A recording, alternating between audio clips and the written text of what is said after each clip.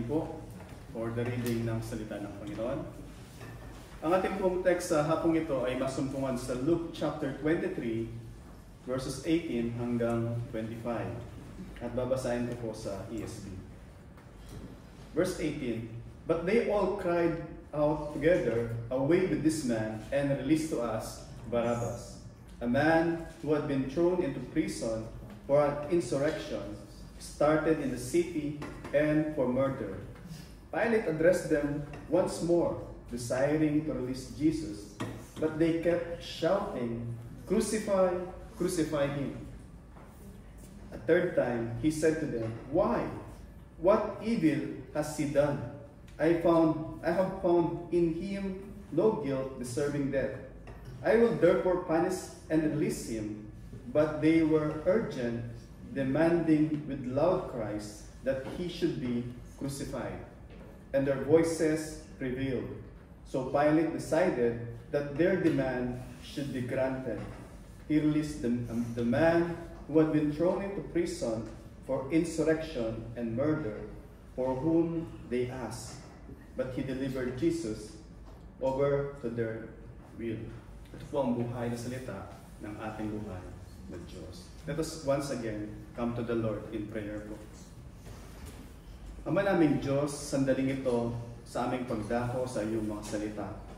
Kami po ay humihingi ng tulong ng iyong Banal na Espiritu na siyang patuloy na magpaunawa sa amin sa mga talata na aming matutunghayan. Lord, patuloy na ikondik mo po kami, Panginoon. At patuloy, Lord, na ilumin mo sa amin ang iyong mga salita upang sa gayon, Panginoon, kami nga po ay mag-guide, Panginoon, dun sa nais mo na maunawaan namin at nais mo na aming lakaran sa sandaling ito, Panginoon, after hearing yung iyong mga salita. Lead us also to a decision, Panginoon, to follow Christ and not to deny Him, Panginoon. Help us na sa lahat ng aming gagawin, sabihin, iisipin na siya ay maluwalhati sa aming mga buhay. Ito po ang panalangin sa tulong ng iyong Banal na Espiritu sa tanging pangalan ng aming Panginoong Jesus. Amen. Amen. Tayo po ay makakaupo.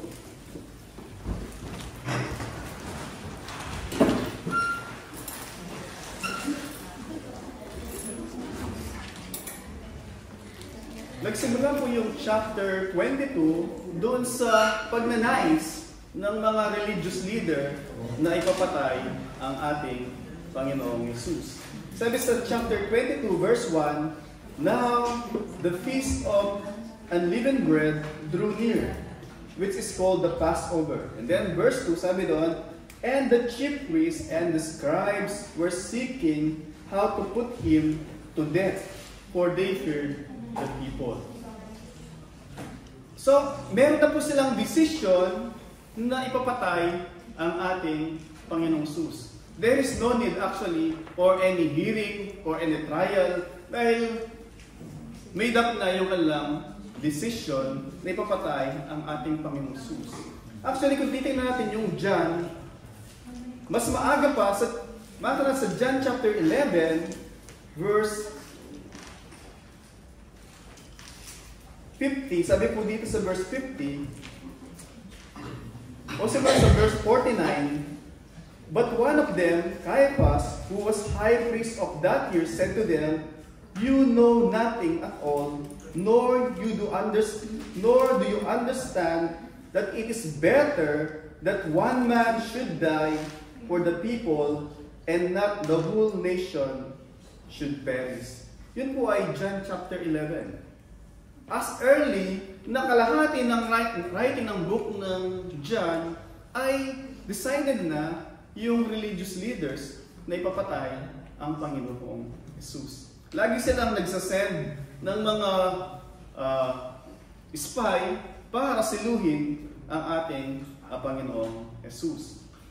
At makita natin sa ating pagpapatuloy sa Luke chapter 23, simula sa verse 18, sabi doon, una, babalik lang tayo sa verse 14, ito po yung, simula sa verse 13, para makita natin yung konteksto ng simula sa verse 18 na but.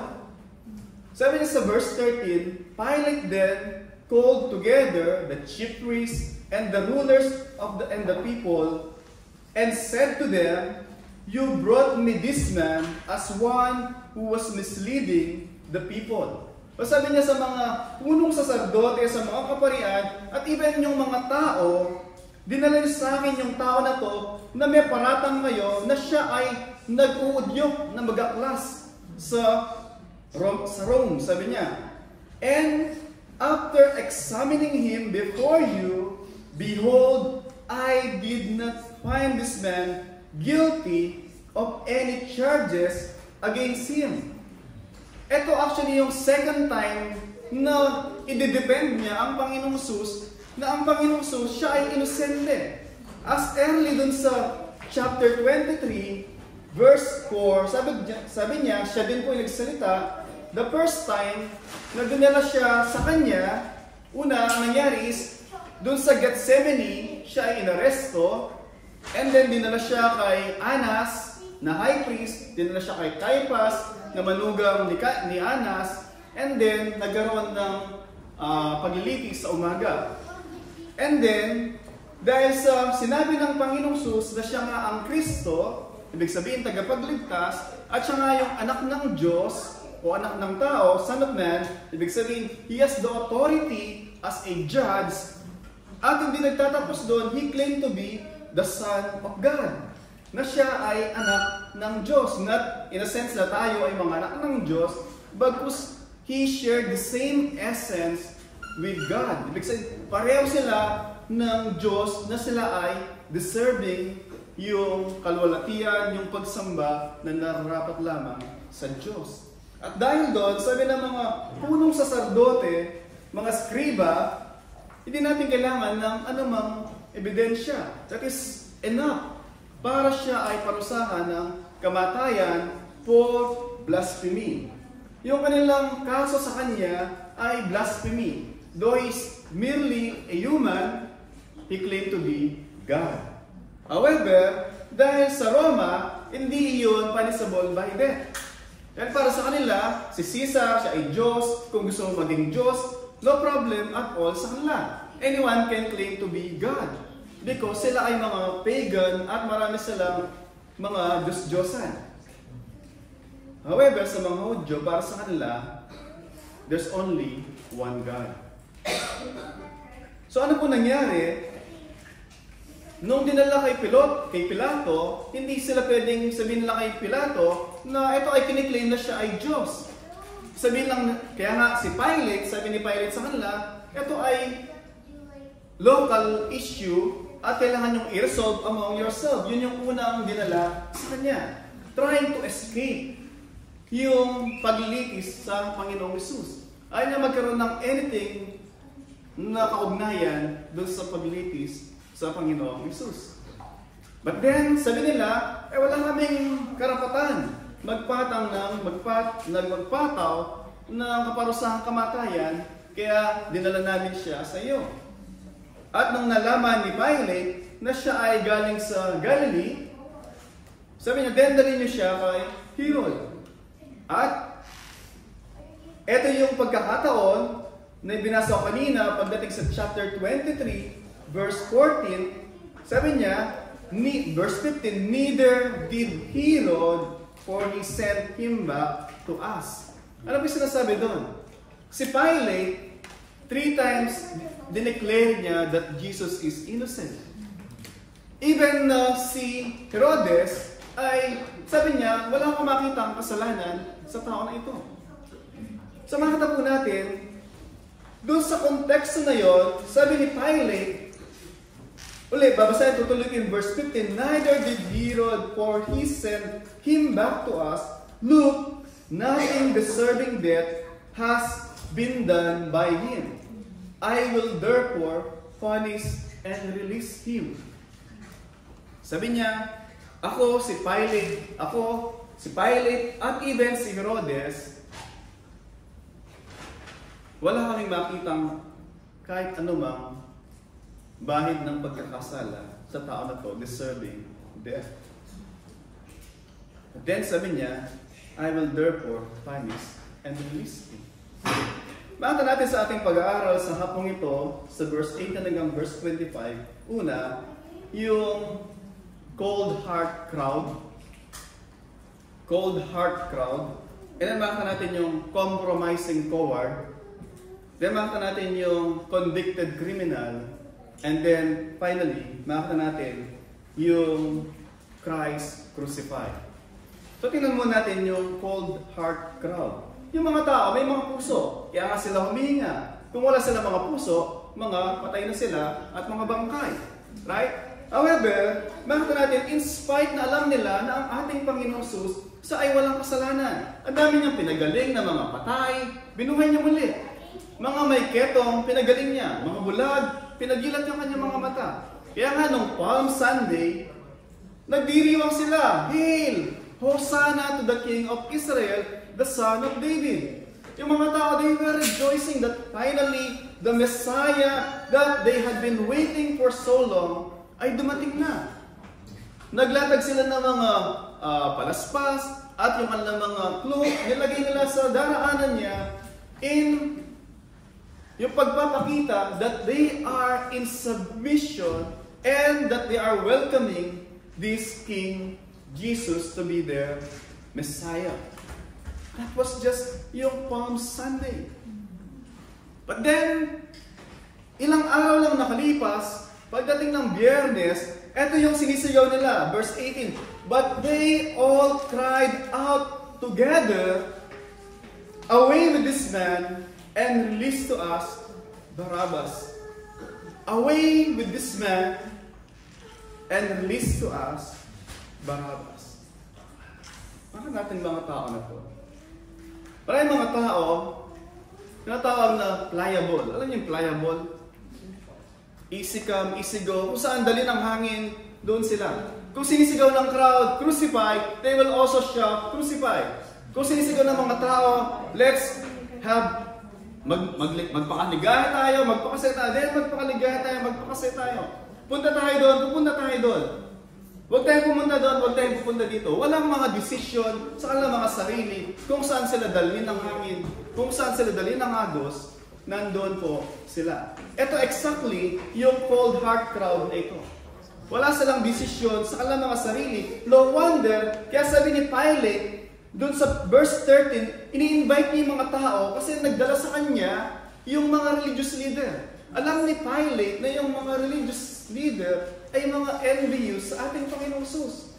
Instead na pumunta sa kanila, pumupunta sila sa Panginoong Jesus. Alam niya yon, hindi yon lingid sa kanya.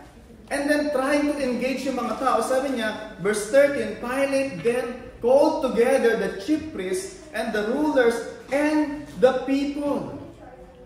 Trying to engage yung mga tao, if you have anything to say, idepende yung tao na to, ang Panginoon Jesus, speak forth, sabihin nyo. Do not remain silent, do not keep quiet. Ipagtanggol niyo siya. Yun yung reason bakit si Pilate ini-engage yung mga tao. Kasi he's fighting alone for Jesus Christ. Pero yung mga tao, makita natin dito, sabi ko nga kanina, they all cried out together, away with this man, and released to us Barabbas. Religious leader, alam nila yung salita ng Panginoon. Mga skriba, sila yung mga, hindi lamang taga-sulat, bago sila yung tinatawag natin mga lawyers. Kabisado nila. At yung mga tao, perhaps nakita nila ang Panginoong Jesus kung paano siya nagpakain ng napakaraming mga tao. Pinagaling yung mga tao, pinalayas yung mga demonyo. But then, no one stood para sa kanya. Ang dating mga tao, masaya ngayon, habang masaya ang lahat, bukas, pag di na masaya ang lahat, bye-bye, diba? Ito yung mga tao, as long as there is benefits, they will stick around with you. Pag wala ng benefits, hindi mo na sila makita. Nasaan yung benefits? Diba? Of course, nandun sa mga religious leader, perhaps, binabribe sila. Eto, sumigaw kayo na crucify him, and you will receive all this favor, all this na pwede nilang ibigay sa kanila. Yan yung mga tao. May mga puso, pero malamig. Yung makita mo dito, yung lack ng fire ng pagkilos ng Holy Spirit sa kanilang mga puso. Mga kapatid, pinapakita lang po dito, pwede, sinasabi natin sa ating sarili, I never shouted, crucify, crucify Him. But simply, na quiet tayo, wala tayong ginagawa para sa Panginoong Jesus, it's the same. Nag-giving yung consent dun sa sigaw ng karamihan na crucify Him. Wala lang tayong ginawa. Wala po silang ginawa para sa Panginoong Jesus. At yun po, may isang kwento po na isang nurse o psychiatrist na kung saan merong isang pamilya na naaksidente yung sa isang buong pamilya at natira lang yung isang dalaga. At dinala siya dun sa, ang ginawa niya, hindi na siya lumabas ng bahay, sindaran lahat ng kortina sa tahanan niya. And yung mga tao napansin na dati, itong tao na to, itong dalaga na to, ay very jolly, masayahin, at lagi nakipaggalubilo sa mga kapitbahay, masayahin siya. But then, nung namatay kanyang buong pamilya, nagkulong siya. And one day, concern yung kanyang kapitbahay, tumawag sila ng tulong at dinala siya dun sa hospital, sa psychiatric o naman sa mental hospital para ma-examine siya. At yung nag-alaga sa kanya ay isang Kristiyano. At alam niya na hindi siya may toyo, walang problema sa utak yung tao, bagkus siya ay depressed. And so, sabi niya sa kanyang sarili, sabi nung hospital worker,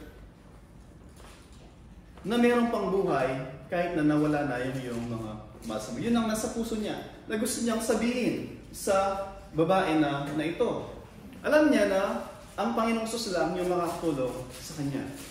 So he was praying na, Lord, nawa, gumaling na siya, and then i-invite ko sa church para makarinig siya ng salita ng Panginoon. But never niya binanggit ang Panginoong Jesus sa kanya during mga therapy na session niya. Thinking na balang araw gagaling siya, and then pag nasa church na siya, yung pastor yung mag-share sa kanya about Christ. One day, binisita niya yung tahanan ng babae, ng dalaga, at nakita niya na may siwang dun sa pinto, na parang nakabukas na konti. And so, tumuktok siya, pero walang sumasagot. And then, so, pumunta na siya sa loob, at nakita niya yung katawan ng dalaga na wala ng buhay. At mayroong note na nakalagay doon sa kanyang kamay. Ipapasalamat siya doon sa worker na yon, doon sa hospital worker na maraming salamat. I truly appreciate lahat ng ginagawa mo. I tried lahat ng mga sinabi mo, but then it did not work. And then sabi niya, maraming salamat. Ano ba yung payo niya? You can do it. But never mentioning yung hope sa ating Panginoong Jesus. Lagi ang sinasabi that you can do it, you can survive it, you can mapagtatagumpay mo lang yan, just be strong, be courageous, but never mentioning that sa ating sarili, we can never, hindi natin kakayanin. Especially dun sa grip na gano'n. Kailangan nating makita yung pag-asa sa Panginoong Jesus na siya lamang yung makapagbibigay.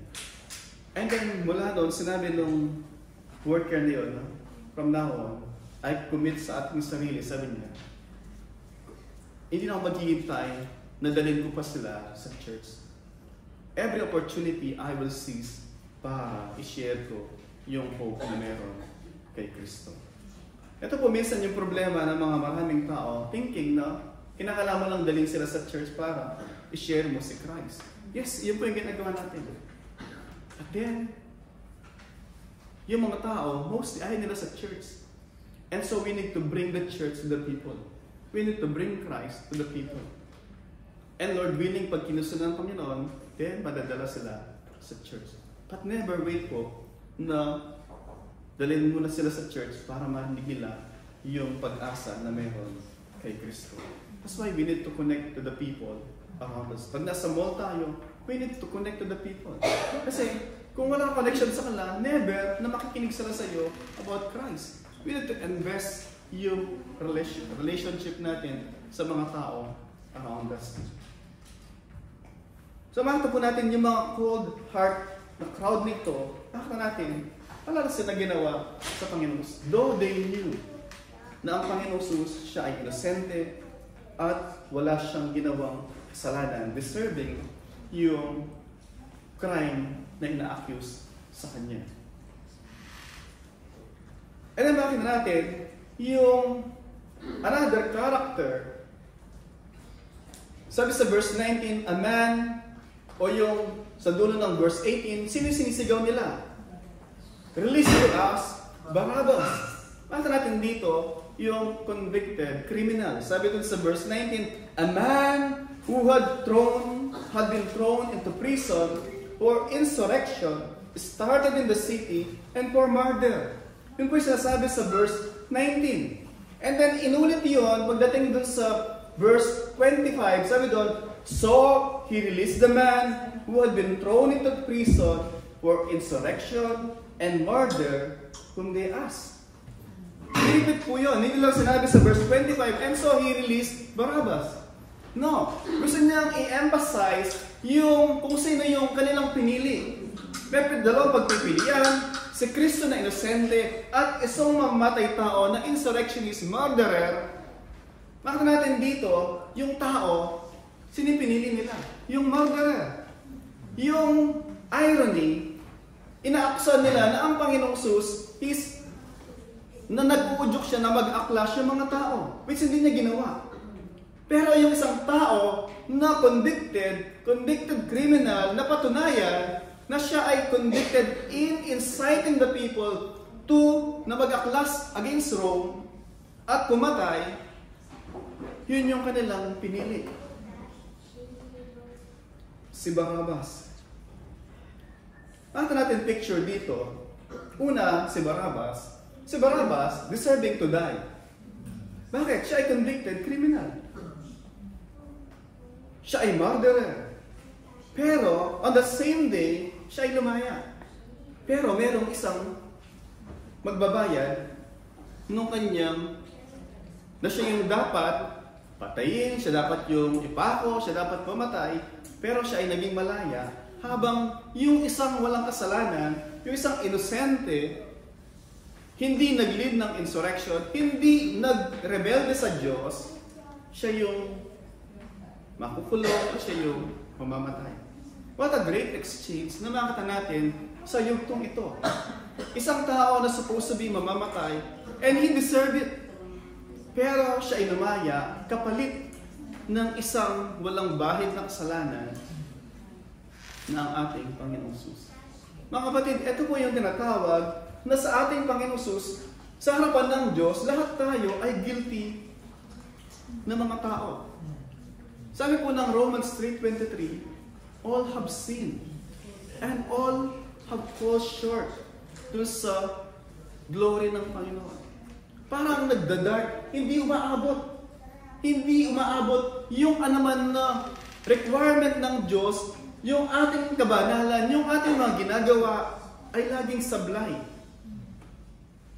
And pagdating sa 6:23 ng Romans, the wages of sin is death. Nagkasala tayo kung ang Diyos ay hindi niya tayo sasahurin sa mga pinaghirapan natin, siya ay hindi matuwid. Subalit ang Diyos ay matuwid dahil naghirap kang gumawa ng kasalanan. Sabi niya, the wages of sin, yung wage po, ginagamit siya dun sa pag tayo ay nagtatrabaho, we deserve yung ating wages. Right?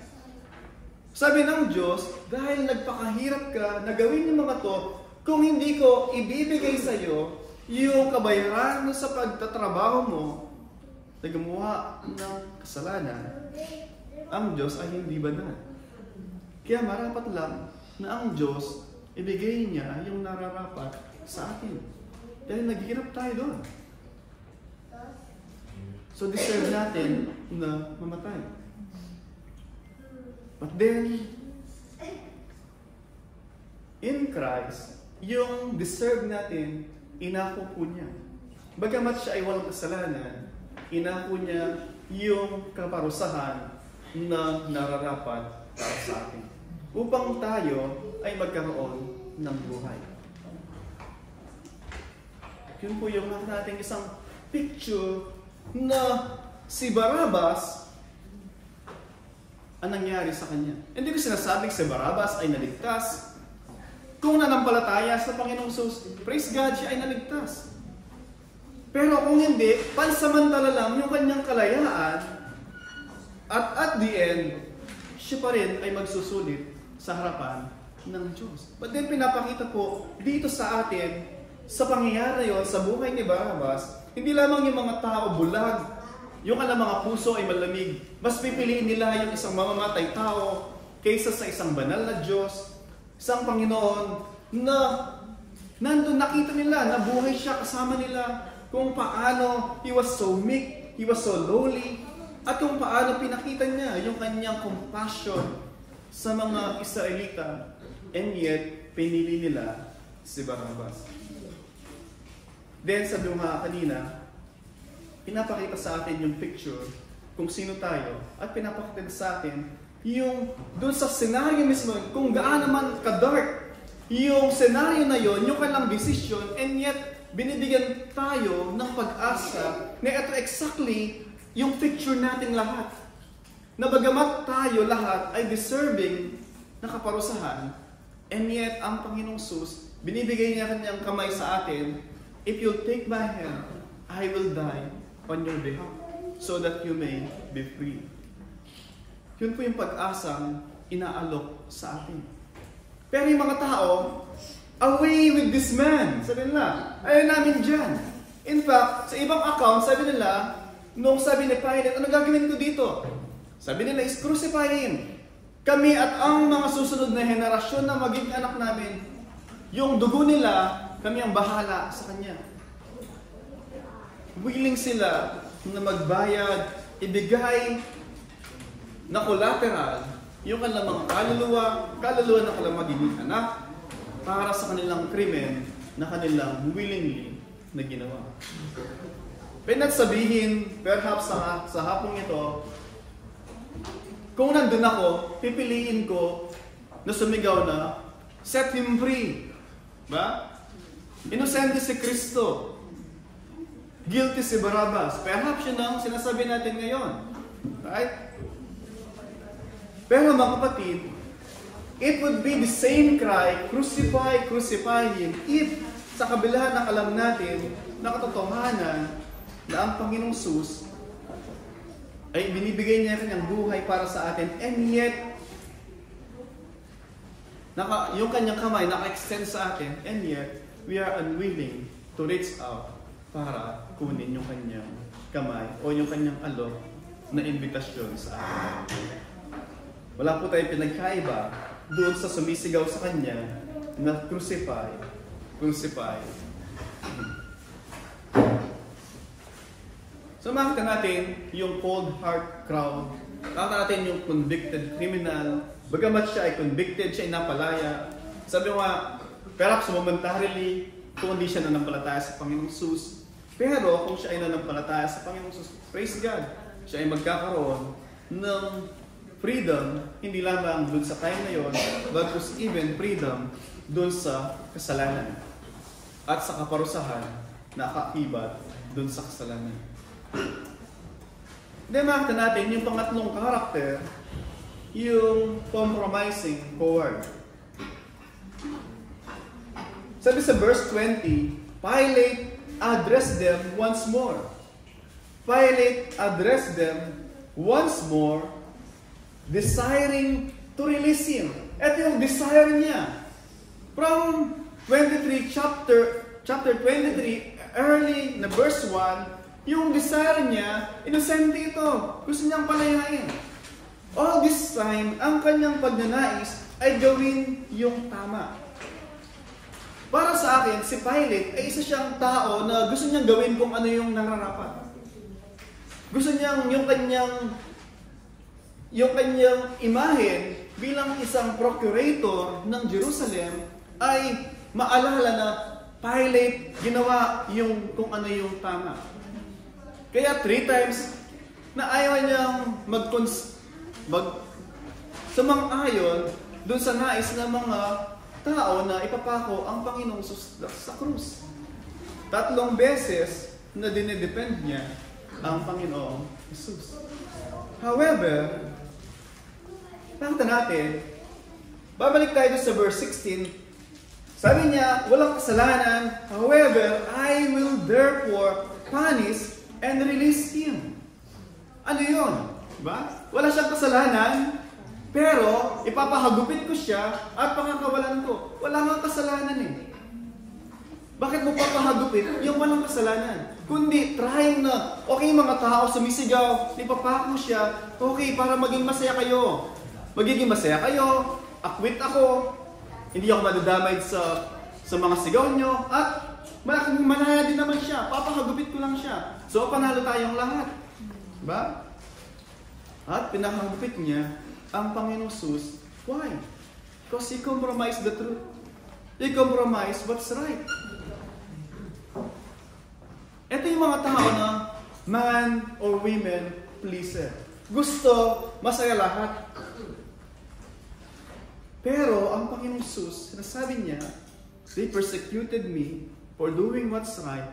They will also persecute you for doing what's right. Si Pilate, he compromised the truth. He compromised what's right. It's time na nagbibigay siya ng option. Sabi niya nung una, di ba? Walang kasalanan to. Actually, from that first meeting, dapat sinabi niya, walang kasalanan to, finish. Adjourn. Malaya na siya. Pero trying to compromise, sabi niya, okay, i-resolve nyo among yourselves. Alam mo yung naitutulak siya, imbis na dapat nakatayo siya, unmovable, kung ano yung dapat, kung ano yung tama, lagi siyang natutulak. Lagi siyang nagwa-waver. Okay, ito option. Resolve it among yourselves. Hindi umubra. Okay, padala siya kay Herodes. Hindi umubra. Okay, papahagupit ko siya.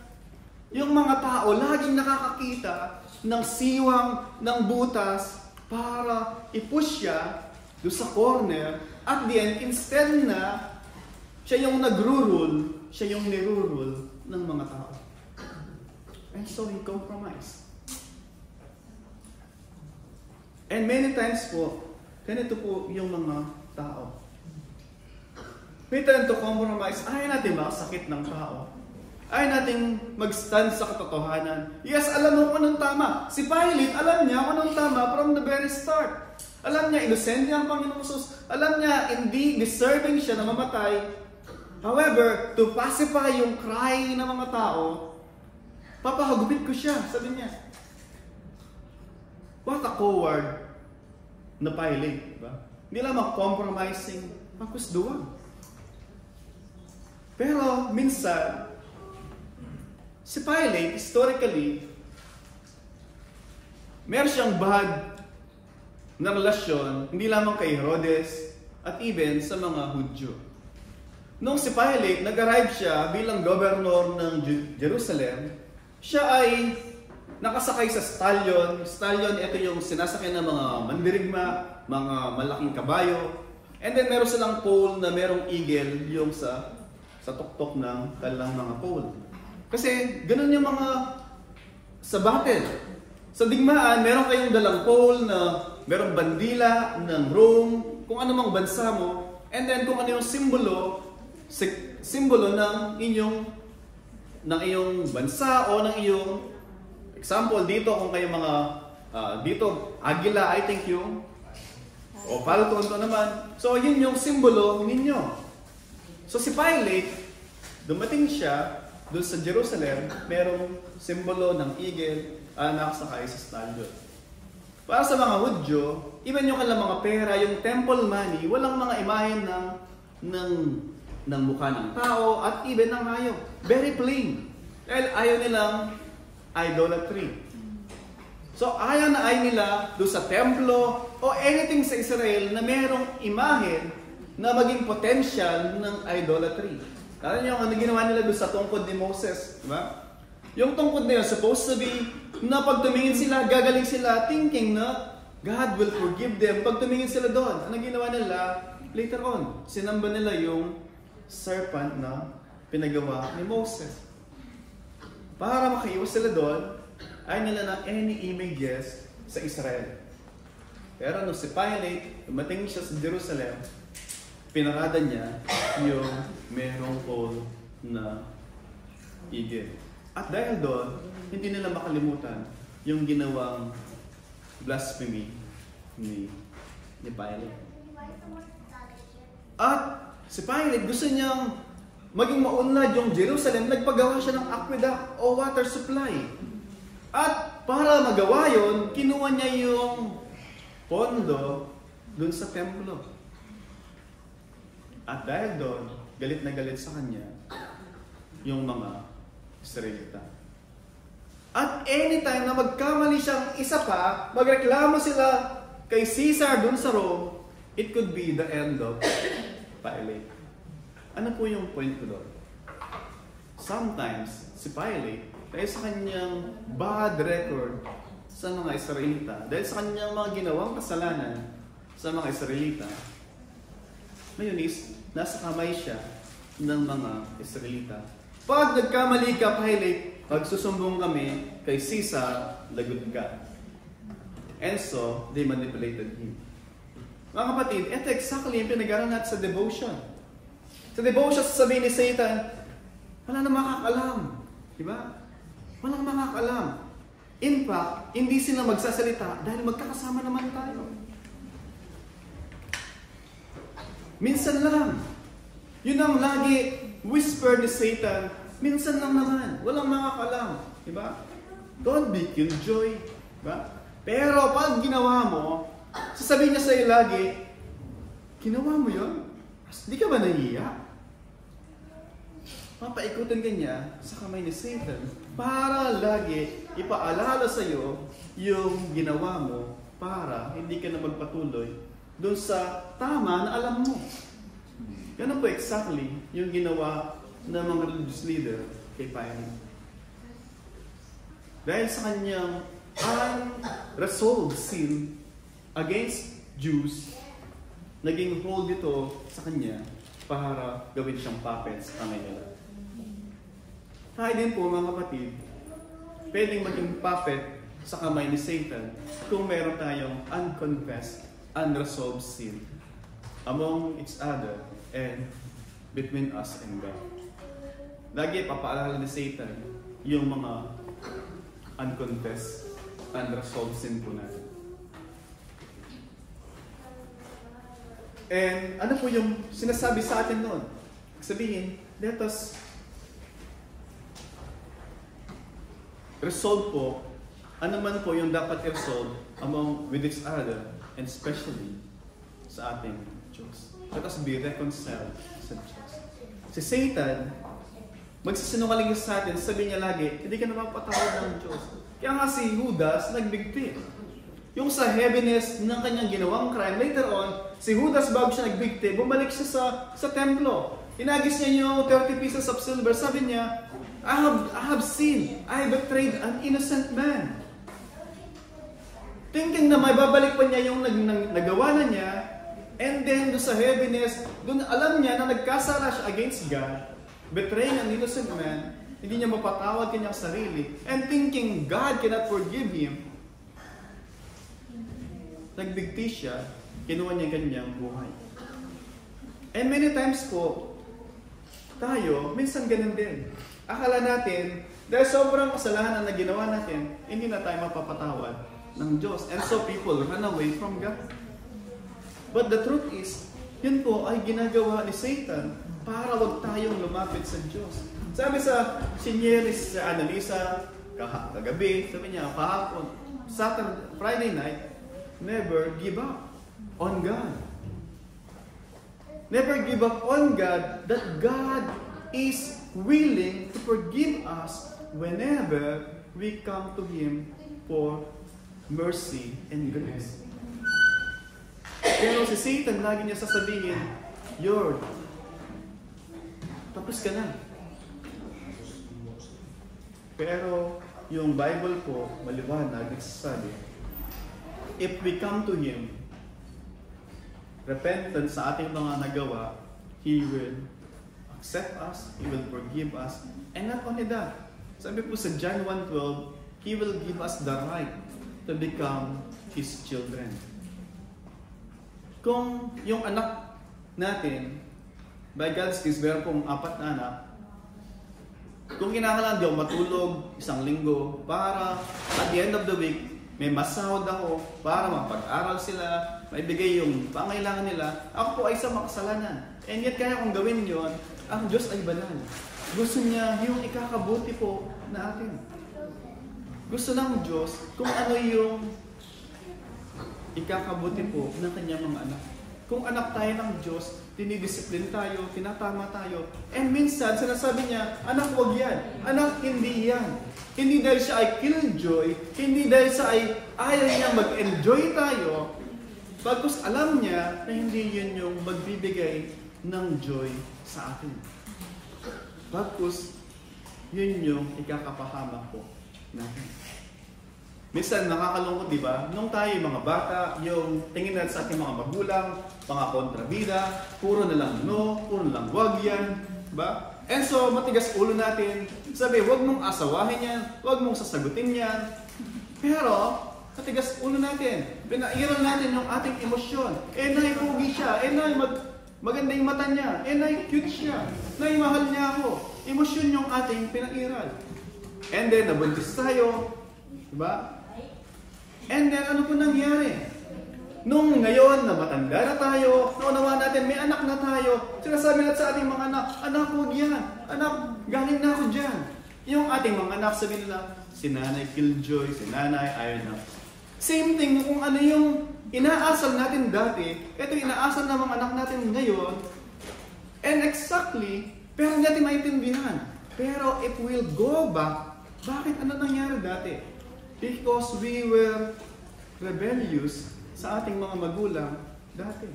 At ano nangyari? Akala natin, yun yung kaligayahan, pero puro pagdurusa yung nangyari sa atin. Point po natin mga kapatid,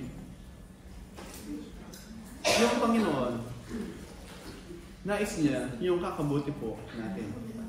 And sometimes, kung paano, last night, si Ezra, alos magpatayan dun sa pagpapainom ng gamot. Umiiyak siya, umiiyak si Sister Joy, umiiyak si Ate Iris, umiiyak lahat. Gusto ko na rin umiyak. Ayaw niya uminom ng gamot. Pero kahit na umiyak lahat, kinakailangan niya uminom ng gamot. Kailangan niyang uminom para siya gumaling. Mapait, di ba? Minsan po sa ating mga buhay, sometimes dadaan tayo ng mga mapapait. Kinakailangan natin sabihin na kinakailangan stop na to, kinakailangan ito na yung mangyari para maging maayos po yung ating mga buhay. Ano yung cancer? Yung cancer, ang sakit. By God's grace, wala tayong cancer. Yung mga survivor ng cancer, ino-operahan sila. Minsan may pinupugutan ng ulo. Minsan survive pag pinupugutan ng ulo.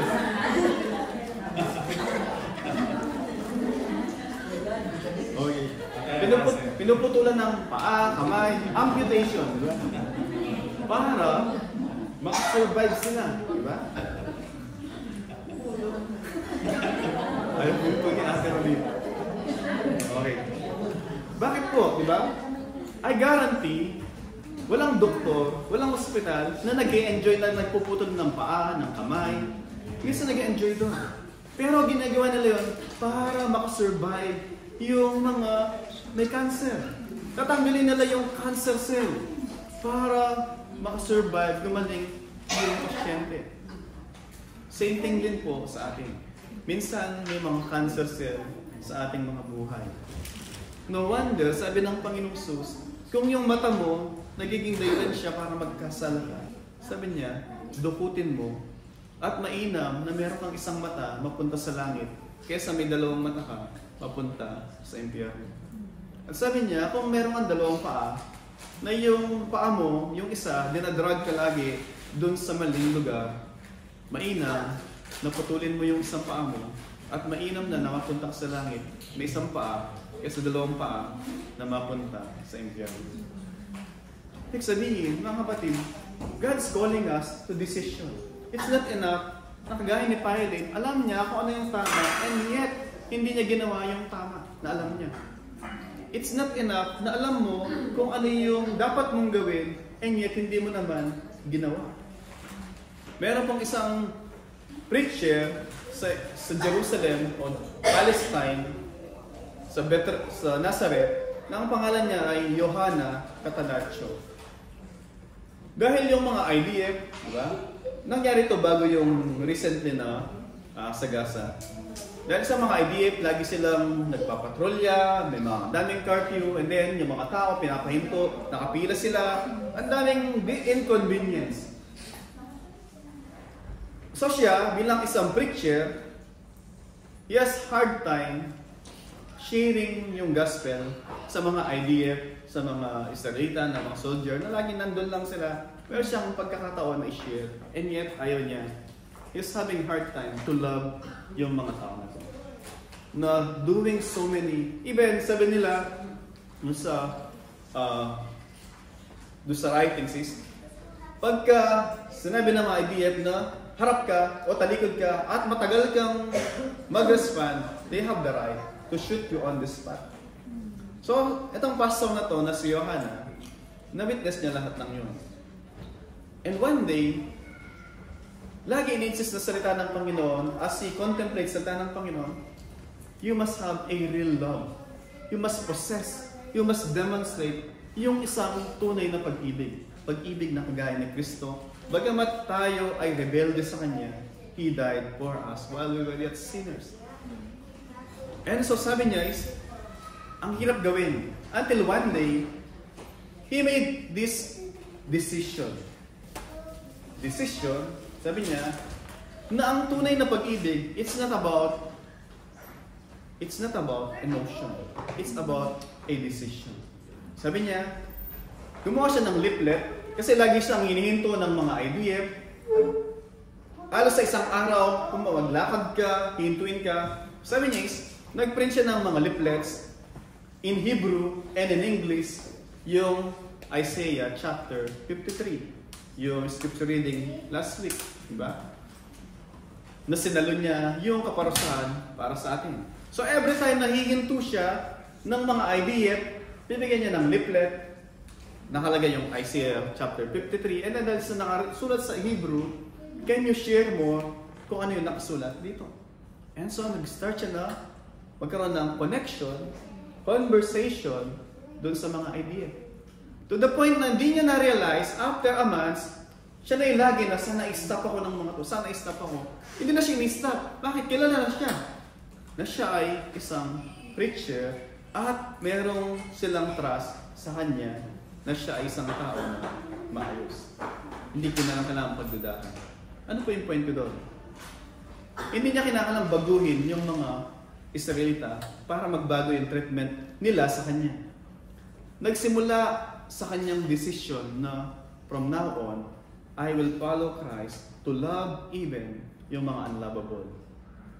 To demonstrate genuine, real love sa mga tao na ayaw even sa akin. And yung mga tao, nagbago sila noong binago sila ng Panginoon. We cannot change people. Kahit anong gawin po natin sa mga tao, hindi po sila magbabago. Because we do not have the power to change people. We cannot even change yung ating sarili. Pilate even, he cannot change yung decision ng mga tao, even yung kanyang decision, siya ay driven by fear, by compromise. But then, God can change us. Meron tayo kinanta kanina, di ba? Yung leopard, he cannot change yung kanyang spot. Neither do we. We can change ourselves. We cannot change our neighbor. But then, we can do one thing. Ano yung one thing na yun? We can decide to do what's right na share si Kristo na makapagbago sa buhay ng mga tao. May hindi ko makalimutan, unang meeting namin ni Pastor Lawrence, sabi niya, dun sa Indian Palace. Diba? Sabi niya, yung mga tao na to na namumugot ng ulo, di ba? Yung mga, yung mga grupo nila, di ba? Namumugot ng ulo. Nagagawa nila yun because they don't have Christ. Pero kung meron silang Kristo sa kanilang mga buhay, hindi nila gagawin yun. So ano solution sa kanilang problema? Si Kristo. Same thing, si Kristo, yung solution sa mga tao na mga, di ba, pag nakikita mo yung dati na kaibigan mo pero ayaw na ayaw mo sa kanya ngayon kasi ayaw sa'yo, isa lang po solusyon. Kailangan nila si Kristo. Siya yung magbabago sa kanya. Kung gusto mo yung asawa mo na ang hirap kausap, asawa mo na kung ano nung ginagawa sa buhay niya, kailangan niya si Kristo. Kung tayo, hirap tayo mag-submit sa asawa natin, hirap tayo mag-submit sa Diyos, kailangan natin si Kristo. Si Kristo yung mga pagbabago po sa ating mga buhay. So nakita po natin yung cold heart na crowd. Nakita natin yung convicted criminal na si Barabbas. Nakita natin yung compromising coward na si Pilate. Alam niya dapat gawin and yet hindi niya ginawa. And then nakita natin yung crucified Christ. Sa scripture reading kanina, nung nangangaral si Pedro, yun yung kanya sinisigaw. Let me read yung Acts chapter 2 na binasa kanina sa scripture reading.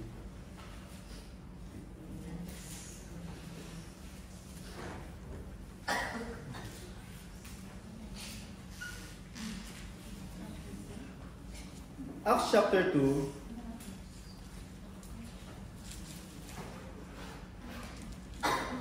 sabi niya simula ko sa verse 22. Ito po yung simula sa verse 22 ng Acts chapter 2. Men of Israel, hear these words.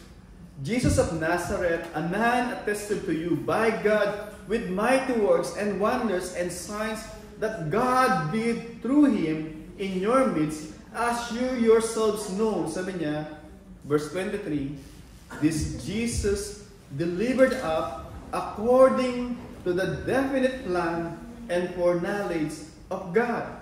You crucified and killed by the hands of lawless men. Ano po yung sinasabi doon? Una, gusto kong marinig niyo ulit, sabi niya, by the definite plan and foreknowledge of God. Ibig sabihin, God knew na ito ay mangyayari. God knew and there was a plan na ito ay magaganap. But, hindi po ibig sabihin nun na hindi accountable, hindi responsible si Pilate, yung mga Hudyo na nagpapako sa kanya, hindi po yun ang ibig sabihin nun. But then, whenever na sinasabi ng Bible na God is in control, is sovereignly in control sa mga nangyayari sa mundo, it just simply means na yung mga action natin, they cannot thwart yung eternal plan ng Diyos to save us. We are accountable otherwise dun sa mga gagawin natin. Accountable si Pilate, accountable yung mga religious leader, and so do we po. Accountable tayo anong gagawin natin kay Kristo. Si Pilate, he want to get rid of Christ from the very start. Pero siya isang malaking problema. Pilate, yung problema niya, si Jesus Christ. Sabi, anong gagawin ko dito? Dinala niya dito, walang kasalanan yung tao, anong gagawin ko dito? Kunin niyo siya, ayusin niyo, maglitis kayo among your local court. Pag-usapan niyo yung religion, na lang ang problema sa inyo. Ayun yung mga tao. Then, pinadala siya kay Herodes, sabi nga, because he want to get rid of Christ. But he cannot get away from Christ. Christ always coming back sa Kanya. And that should be grace. We should be grateful pagka ganun. Hindi kagaya natin, pagka nagkasala tayo sa tao, ayaw ko na dyan. Buburahin ko na yung number niyan, buburahin ko na sa WhatsApp account yan, tatanggalin ko na sa group chat, bablock na. Ayaw ka na dyan, matigas ulo, di ba?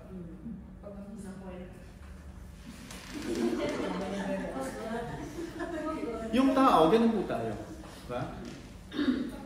No wonder sabi ni David, di ba? Let me fall into the hands of the Almighty God rather than sa aking mga enemies, sabi niya. Because alam niya na ang Diyos ay mapagpatawad. Point ko po, we should consider grace ng Diyos na here we are ngayon, in spite of who we are, in spite ng mga ginawa natin, here we are, God is calling us back again. Kagaya ng pagtawag niya, pangulit niya kay Pilate, Pilate, make up your mind sa mga tao, and yet, they made their decision. What about us po? What would be our decision kay Kristo? Ano po gagawin natin kay Kristo? Cold heart na wala lang? Neutral? Walang gagawin? Or, we will try to evade Christ, iwas tayo lagi sa Kanya. But then, each time, lagi, He will convict us. And whenever na ginagawa niyo, sabi na, take it as a grace ng Panginoon na He's not giving up on us. However, meron po isang tao na ang pangalan niya Moses. Siya ay pinalaki sa Egypt bilang isang prinsipe, ba? Si Moses lumaki sa Egypt from balik lang siya. And then, ano po yung sabi ng Hebrews sa kanya? Let me open yung Hebrews chapter 11. Let us be encouraged sa decision ni Moses. Hebrews chapter 11, verse 24 hanggang verse 25.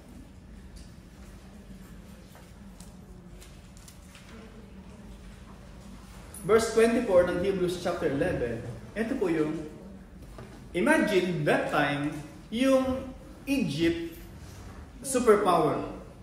Sila yung superpower kung paano yung, ano yung maiaalok sa'yo ng Amerika, ng Canada, ng New Zealand, ng Switzerland, ano mang land, di ba? Yun yung meron yung Egypt during that time. Ito po yung sabi ng writer ng Hebrews about Moses. By faith, when he was grown up, refused to be called the son of Pharaoh's daughter, choosing rather to be mistreated with the people of God than to enjoy the fleeting pleasure of sin. Sabi niya, he rejected kung ano yung may offer ng Egypt. Yung pleasure, yung fleeting pleasure of sin, sabi niya. At anong ginawa niya? Hindi lamang niya ni-reject. Alam nyo, it's not enough to reject na hindi na ako gagawa ng mali, hindi na ako pupunta dyan sa bar, hindi na ako pupunta dyan. That's not enough. Though that is good. But that's not enough. Si Moses, ginawa yun, not enough, but then meron siyang ginawa. It's not just yung negative, bagos merong positive. Sabi niya, choosing. Verse 25, choosing rather to be mistreated with the people of God than to enjoy the fleeting pleasure. And then sabi niya sa verse 26, he considered the reproach of Christ greater wealth than the treasures of Egypt. Then sabi niya, for he was looking to the reward. Si Moses, he's not a fool na nireject niya yung maiaalok ng Egypt. He can see far beyond Egypt. He can see yung eternity na walang hanggan sa presensya ng mahabagin mapagmahal na Diyos. Hindi siya nag-compromise. Ano po yung point ko po daw mga kapatid? In choosing what's right, you have to choose to deny something, to stop something, and you have to choose na gawin kung ano yung nare-required ni Kristo para sa atin.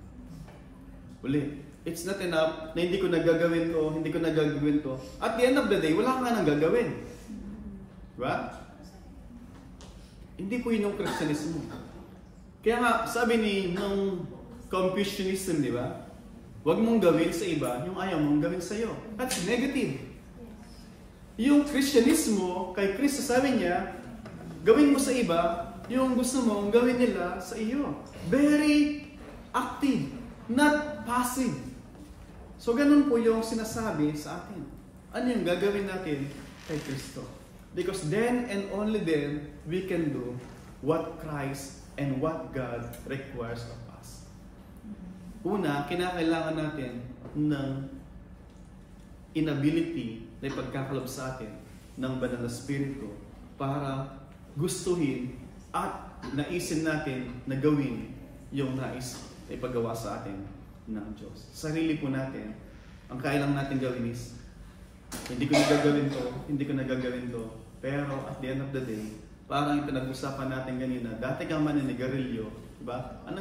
Hindi na ako maninigarilyo, ano makita mo? Lagi, naglalaway ka, parang ang vampira na gustong sumipsip ng, hindi ng dugo, ng sigarilyo. Pero, pagka pinalitan mo yung sigarilyo ng something, then, maiibsan yung paghangad mo ng sigarilyo. It's not enough ulit, sabi nga, na i-break mo yung dating o nanliligaw sa'yo kasi may asawa ka, ba? Kinakailangan palitin ng bagong boyfriend. At yung bagong boyfriend, kahit na taken na, available pa rin po siya. Yung boyfriend ni Ate Mary, si JC, diba? Yung boyfriend ni Ate Mary, si Jesus Christ. Available siya sa lahat. At si JC, Jesus Christ, nais niya yung kakabuti po natin. Hindi yung kakapahamak po natin. Sabi po sa John chapter 8 verse 24, let me read this po and then mag-close po tayo sa John chapter 8 verse 24.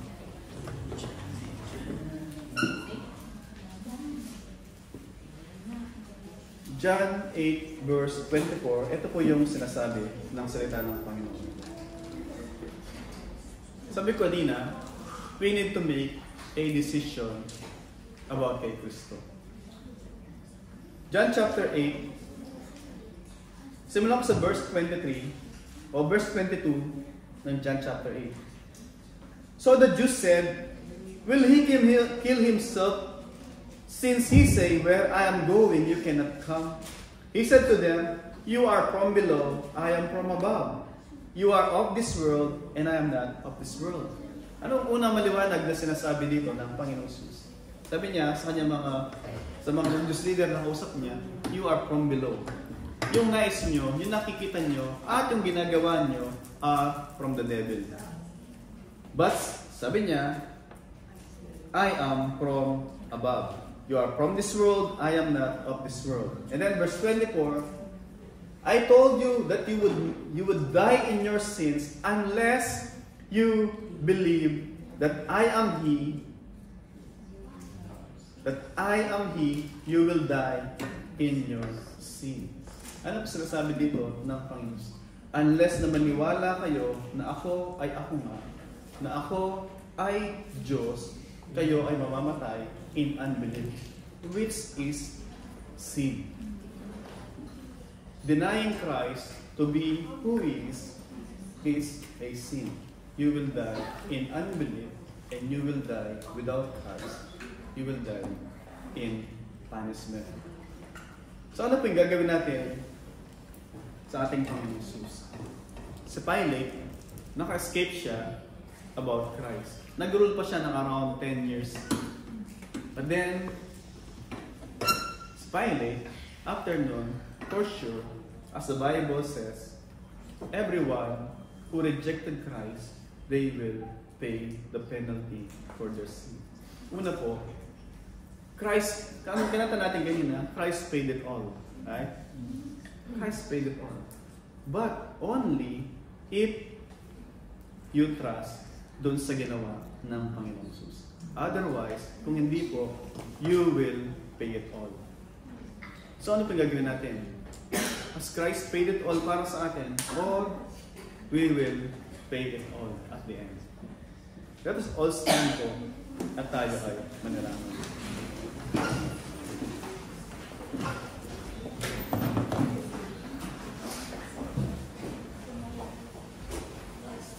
As we come to the Lord po, let us bow our head and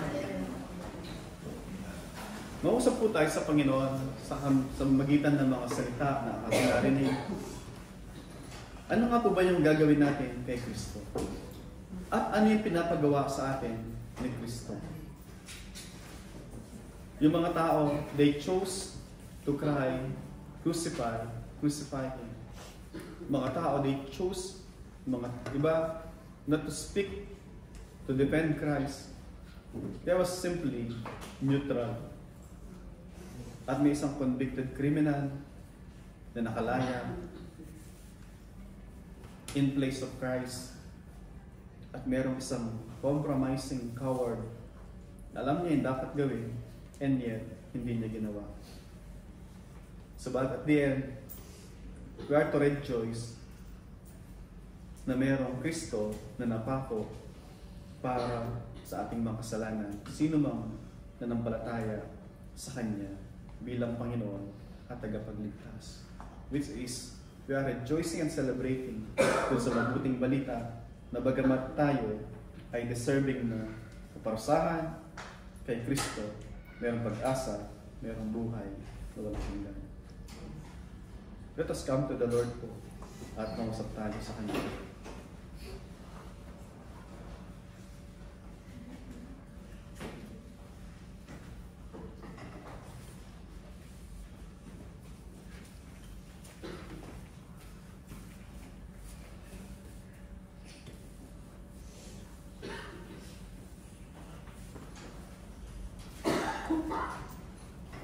Lord, tunay nga po na ang iyong mga lagad in standing for the truth, in defending the gospel, in proclaiming the gospel, as they manifested, Panginoon, yung genuineness ng pagkilos mo sa kanilang mga buhay.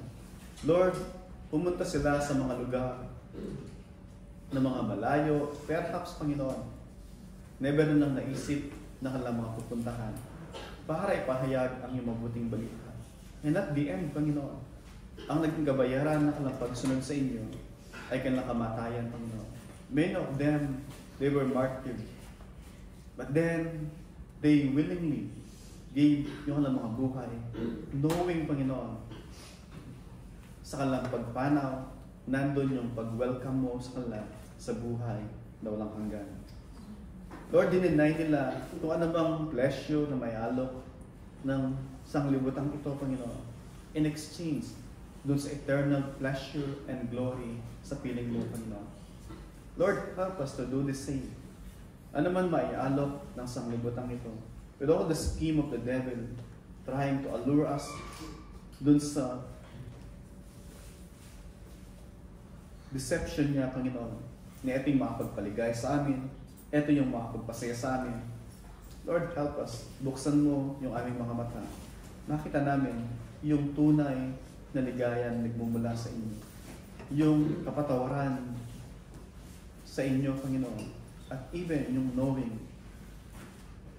receiving na yung forgiveness na pinagkakalab niyo, Panginoon, sa sino mang nagsisi na nampalataya sa inyo, Panginoon, ay pinagkalooban niyo sila na magkaroon ng buhay, buhay na kasiya-siya, buhay sa piling ninyo, Panginoon. Lord, maraming salamat po. Truly, Lord, it's not easy to stand para sa tama, Panginoon. It's not even easy, Lord, na sabihin kung ano yung tama. But then, by the grace of your Holy Spirit, Panginoon, na pinagkaloob nyo sa sino mang nanampalataya sa inyo, Panginoon. Lord, with Christ, all things are possible to the glory of your glorious grace. Lord, tulungan po kami, Panginoon. Alam namin, kilala namin, Panginoon, yung mga kahinaan namin.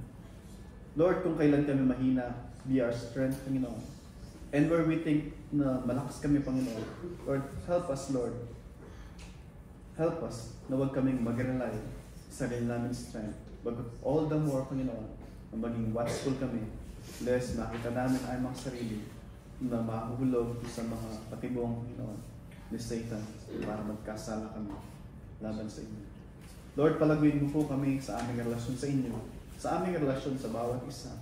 And help us together, Panginoon, na as we receive your grace, yung kapatawaran mula sa inyo, help us may bahagi yung pag-asa na meron kay Kristo sa mga taong lost because they don't have Christ in them. And people na lost because they are, until now, they are rejecting Christ.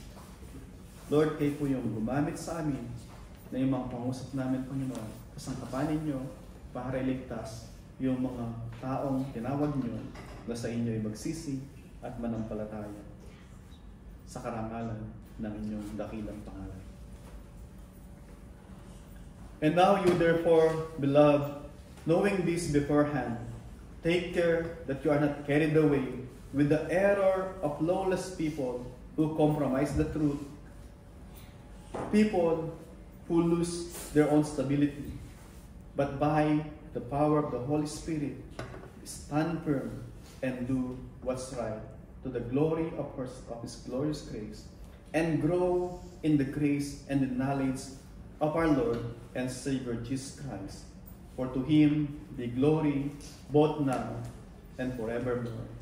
Amen. Amen.